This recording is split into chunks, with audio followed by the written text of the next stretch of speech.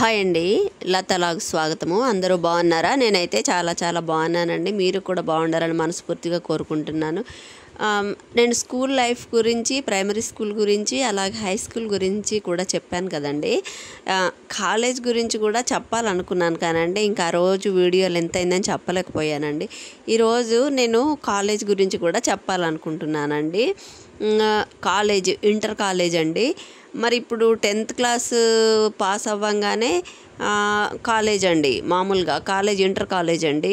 అయితే ఇప్పుడు ఈ రోజుల్లో మరి హెచ్ఈసి అనే గ్రూప్ ఉందో లేదో నాకు పెద్దగా ఐడియా లేదండి. నేను తీసుకున్న గ్రూప్ అయితే హెచ్ఈసి గ్రూప్ అండి. హిస్టరీ, ఎకనామిక్స్, సివిక్స్ అండి, ఈ 3 సబ్జెక్టులు ఉంటాయి అందులో. అయితే కో ఎడ్యుకేషన్ కాలేజ్ అండి.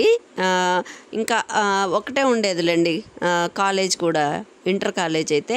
ఇంకా అందరూ బాయ్స్ గర్ల్స్ కో ఎడ్యుకేషన్ అండి, అందులోనే చదవాలి. ఇంకా అందరూ కూడా అందులోనే జాయిన్ అయ్యేవాళ్ళు. మామూలుగా అండి 10th క్లాస్లో అయితే ఇంకా ఒకేసారి 6th to 10th క్లాస్ వరకు అండి గర్ల్స్ హై స్కూల్లో చదివి ఇంకా ఒకేసారి కాలేజీలోకి అడుగు పెడుతుంటే, అంటే కో ఎడ్యుకేషన్ కదండి, కొంచెము భయంగా ఉండేది. కానీ ఎప్పుడు కూడా ఎలాంటి భయము కానీ ఎట్లాంటి సంఘటనలు కానీ ఆ కాలేజ్ లైఫ్లో జరగలేదండి. అయితే కాలేజ్ మటుకు చాలా స్ట్రిక్ట్గా ఉండేదండి. ఎలా ఉండేదంటే, మామూలుగా లెక్చరర్స్ సబ్జెక్ట్ చెప్పినంతసేపు ఆడపిల్లలు అందులో క్లాస్ రూమ్లో కూర్చోవాలండి. అయితే పీరియడ్ మారినప్పుడు లెక్చరర్స్ మారుతారు కదండి, అట్లా మారినప్పుడు అమ్మాయిలు కూడా లెక్చరర్స్తో పాటు బయటకు వెళ్ళిపోవాలి. మళ్ళీ లెక్చరర్స్ తిరిగి కాలేజీలోకి వచ్చాకే, మళ్ళీ క్లాస్ రూమ్లోకి వచ్చాకే మళ్ళీ రావాలండి లోపలికి. అలా అంత స్ట్రిక్ట్గా ఉండేదండి అప్పుడు కాలేజు. మళ్ళీ కాలేజీలో కొత్త కొత్త ఫ్రెండ్స్ అండి. ఆ 10th క్లాస్లో ఉన్న ఫ్రెండ్సే ఉండరు కదండి. కొంతమందికి ఏమో మ్యారేజెస్ అయిపోయినాయండి, కొంతమంది ఏమో పాస్ అవ్వని ఫ్రెండ్స్ కూడా ఉంటారు కదండి. కొంతమంది ఏమో చుట్టుపక్కల విలేజెస్ నుంచి వచ్చి, అది మండల్ అప్పుడు మా ఊరు, ఆ మండల్లో మళ్ళీ కొంతమంది కొత్త కొత్త ఫ్రెండ్స్ జాయిన్ అయ్యేవాళ్ళు.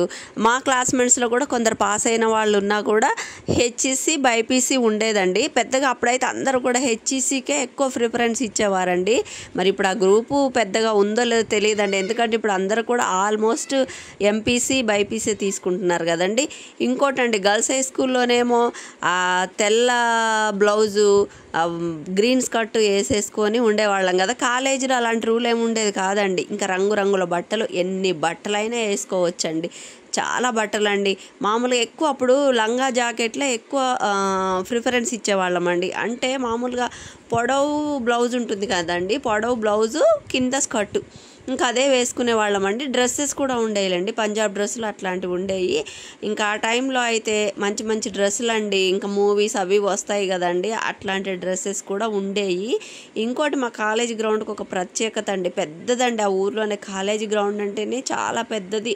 ఏమన్నా పెద్ద పెద్ద మీటింగ్స్ పెట్టినా, ఇంకా ఒకసారి అయితే బాగా నా చిన్నప్పుడు గుర్తు, ఇందిరాగాంధీ వస్తే అక్కడేనండి అది హెలికాప్టర్ ఆపి ఆమె అక్కడే దిగింది. ఇంకేమన్నా వేరే ప్రోగ్రామ్స్ అయి పెట్టినా కూడా అక్కడేనండి బాగా జరిగేది.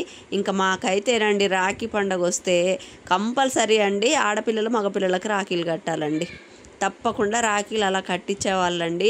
కానీ కాలేజీ లైఫ్ కూడా చాలా హ్యాపీగానే సాగిందండి.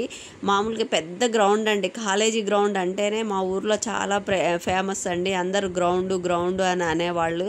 అలాగా ఇంటర్ కాలేజ్ అయితే అలా కొనసాగిందండి. మళ్ళీ డిగ్రీ వెళ్ళాలంటే మళ్ళీ ఇంకో కాలేజ్ ఉండేదండి, ఆ కాలేజీ దూరంగా ఉండేది. ఈ కాలేజీలో కూడా మా లైఫ్ అంతా బాగానే జరిగిందండి. ఇంటర్ కాలేజ్ అలా గడిచిందండి. మీకు నచ్చితే లైక్ చేయండి, షేర్ చేయండి, సబ్స్క్రైబ్ చేయండి.